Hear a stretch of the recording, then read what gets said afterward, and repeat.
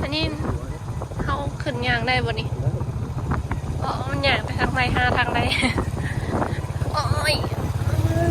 พอมันตกป้าบ่มันตกได้บ่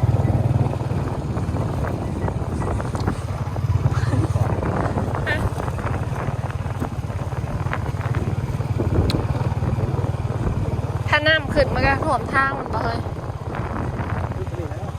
ฮะเขาจะมาเข้าใจอะไร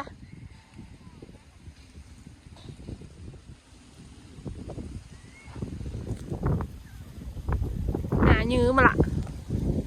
ปะเร็วๆกลับคืนกลับคืน